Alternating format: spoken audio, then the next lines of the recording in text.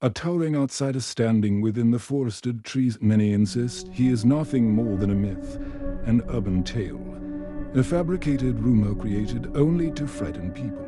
Yet I have witnessed him myself. I have seen what he is truly capable of doing. I have felt how terrifying he genuinely is, and I never want to lay eyes on him again. I was about 11 years old at the time, living out in the countryside with my mother, father, and my 8-year-old little sister. The whole town was surrounded by thick woods, and very few people actually lived there. It was a simple, quiet place. There were no large company chains or big businesses of any kind. Every shop was owned by a family. In fact, our own family ran a tiny bakery that took up the entire lower floor of our house. My sister Abigail and I would always head to the small playground near the edge of the forest so we could play with the handful of other kids that lived in the area. There weren't many, so everyone knew everybody else. Sometimes my sister would go to the park alone, whenever I was busy doing homework. One afternoon she came bouncing into my room while I was working through some math questions. "Sarah," she said to me excitedly, "I met someone new at the park. You should come meet him."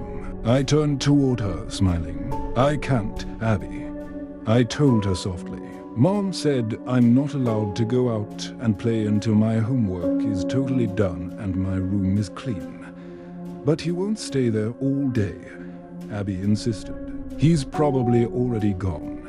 I'm sure he'll come back to play another day," I replied, turning again to my schoolwork.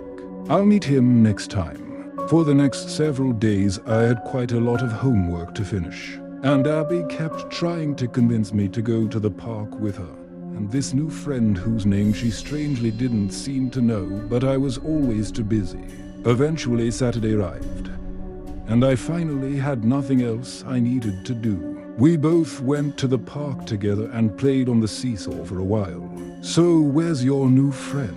I asked her. "I guess he's not here yet," she answered. I was starting to wonder if this mysterious friend was nothing more than a pretend companion she had imagined. After about 15 minutes, a younger boy approached us and tugged gently on Abby's sleeve.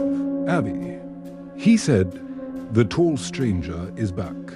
Come on, let's go play with him."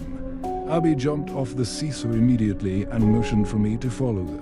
Hearing the little boy refer to this friend as the tall stranger made me feel uneasy, but my curiosity was just too strong, so I followed behind. All the children walked into the forest and gathered round a dark, shadowy tree. I stood beside my sister and gasped when I realized it wasn't a tree at all, but an unnaturally tall man. He had to be at least 8 or 9 feet high, and he was shockingly thin, so frail-looking that I wondered if the wind might blow him away. He wore a black business suit, and his arms were oddly long, far too long to look natural.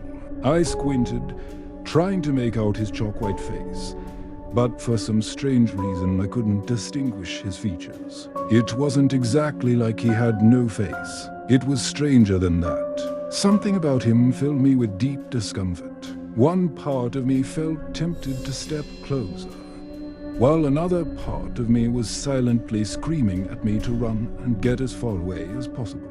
A faint ringing began to hum inside my ears. The children circled round him, clearly far more drawn to him than I was. I wondered for a moment if my uneasiness had anything to do with the fact that I was a few years older than the rest of them. They all reached upward, touching his thin, bony, pale hands. Abby was trying to squeeze her way through the group so she could reach out and touch the man as well. I glanced at her face. Her eyes looked almost hypnotized, as though the man's presence was pulling her into some kind of unseen trap. I shifted my gaze back toward the tall man and gasped, noticing now that whole tentacle-like limbs were slowly extending from his body, reaching out toward the children. They made soft, delighted sounds as they lifted their hands toward him eagerly. The ringing in my ears grew sharper, becoming almost unbearably loud. I screamed and clapped my hands over my ears. My head felt dizzy, my thoughts foggy, and my sight started to blur. Abby was still trying desperately to get closer to the man. But without thinking, I grabbed her hand tightly and ran as fast as I possibly could toward the edge of the woods. I never once looked back. Once we reached the park again, Abby yanked her arm out of my grip and nearly burst into tears. "Why did you do that?" she shouted angrily. "I wanted to play with the tall stranger." "Abby," I said, breathless, "that thing is dangerous. I don't even know what it is. Please don't ever go near it again. You can't stop me." Abby screamed. "I'll tell Mom." "You do that," I replied, still panting. "I'll just tell her there's a creepy man always hanging around the park. She won't let us come here anymore. Why don't you want to come here?" Abby demanded, confused and upset. "I don't want to be anywhere near that thing," I said firmly, taking her hand again and guiding her back home. I told Mom about a strange man lurking at the park, carefully avoiding the unnatural details about what he truly looked like. She didn't seem very worried. She said it was probably just someone's father, maybe a person we simply didn't recognize. I didn't want to argue about it. I just needed to make sure Abby stayed away from the park. But Mom changed her mind soon afterward. The very next day, the news reported that 3 children's siblings had gone missing. Abby and I had seen them just the day before, staring up at that tall creature in the forest along with the other kids. According to the news, they had gone to the park and never returned home. Their parents were heartbroken. There weren't any signs of a struggle, no clues at all. They had simply vanished. After watching the report, Mom suddenly realized the stranger I warned her about might not be safe at all, and she immediately forbidden us from going back to the park unless an adult accompanied us. But the disappearances didn't seem to stop the other children from showing up at the park. Each passing day, more kids went missing, again and again. There was never any evidence of where they could have gone or what could have happened. I wondered why parents were still letting their children go outside. But then a thought struck me: what if the kids were sneaking out without their parents knowing at all? I had to stay alert. I needed to keep a close watch on Abby. Another week passed, and soon Abby and I were the only children left in the entire town. The police were searching everywhere for all the missing kids, but they were nowhere close to figuring out the truth. Everything felt unreal.